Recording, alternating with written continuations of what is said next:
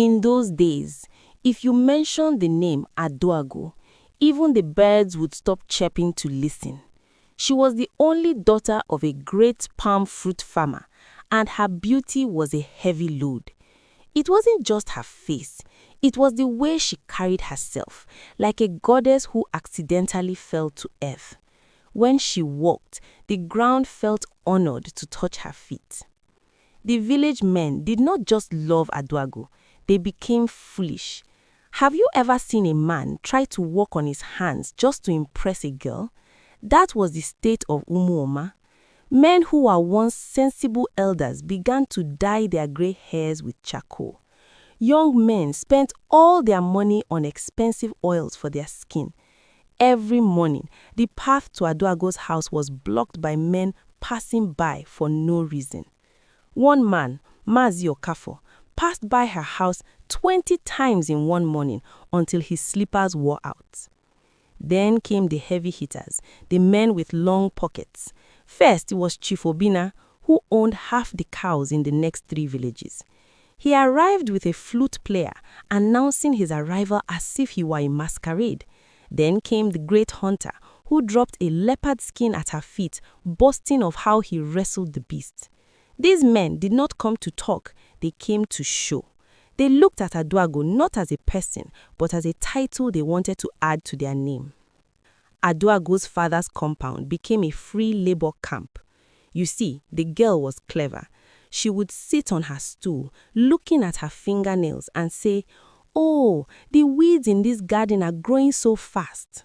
Before she could finish, 10 big men would jump inside the dirt, ruining their expensive wrappers just to pull weeds. They fanned her with ostrich feathers until their arms grew numb. They fetched water until their backs creaked. Aduago watched them and sighed. All this effort for my face, but who knows my mind? Tired of the noise and the smell of desperate men, Aduago began to trek to a far-off part of the river where the water was deep and the people were few. One afternoon, while the sun was beating its drum in the sky, she saw him, Ikena. He was the son of a poor widow, a boy whose wealth was only his character. He was sitting on a flat stone, scrubbing his mother's clothes with a piece of local soap. He didn't have a flute player, he didn't have leopard skin, he only had the rhythm of the water. Aduago waited for the shock. Usually, when a man saw her by the river, he would drop his bucket or start singing her praises.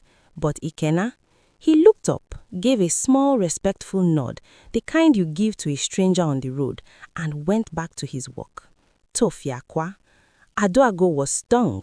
She walked closer, her gold anklet making shaka-shaka noise. Ikena didn't even skip a beat in his song. It was as if she were a common tree standing by the bank. For the next 7 days, the queen of Umuama became a hunter. She went to that river every day. She wore her best beads, her most colorful wrappers, and she tied her headgear so high it could touch the clouds. Each time, Ikena was there. He would greet her politely. "Good afternoon, daughter of the great farmer," and then he would ignore her for the next 3 hours. Aduago realized that while other men were looking at her beauty to feel their own pride, this boy was satisfied with his own soul. Back in the village, the big men noticed Aduago was slipping away. They followed her secretly and saw her sitting on a rock, watching a boy wash rags. Hey, the laughter that shook the village was plenty. "Is this the one?" they mocked. Chief Obina brought his cows to the riverbank to show off. The hunter brought his charms. They crowded the river, making noise, throwing money into the water. Ikena just packed his wet clothes, stood up, and said to Aduago, "The river has become too loud today. May you walk in peace." And he left. Aduago's father called a meeting. "My daughter, the house is full of meat and gold, yet you look at a boy who only brings soap bubbles. Why?" The whole village gathered. The suitors stood in front, chests out, gold shining. Aduago walked past the cows, past the leopard skins, and past the bags of money. She went to the back where Ikena was standing quietly. She took his hand and led her to the center. "This one," she said, "is the only one whose eyes are not blinded by my face."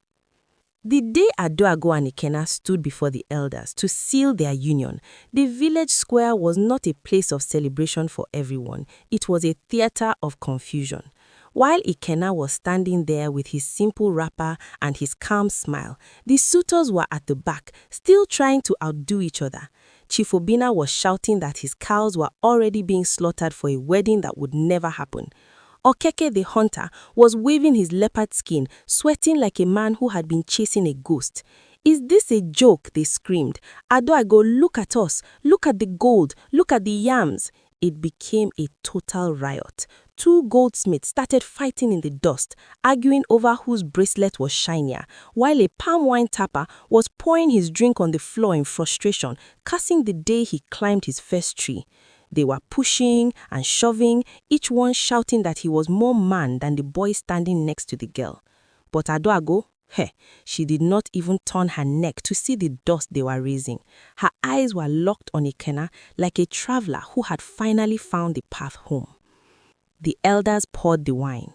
Ikena drank. Aduago drank. And just like that, the big men were left with their heavy gifts and their empty hearts.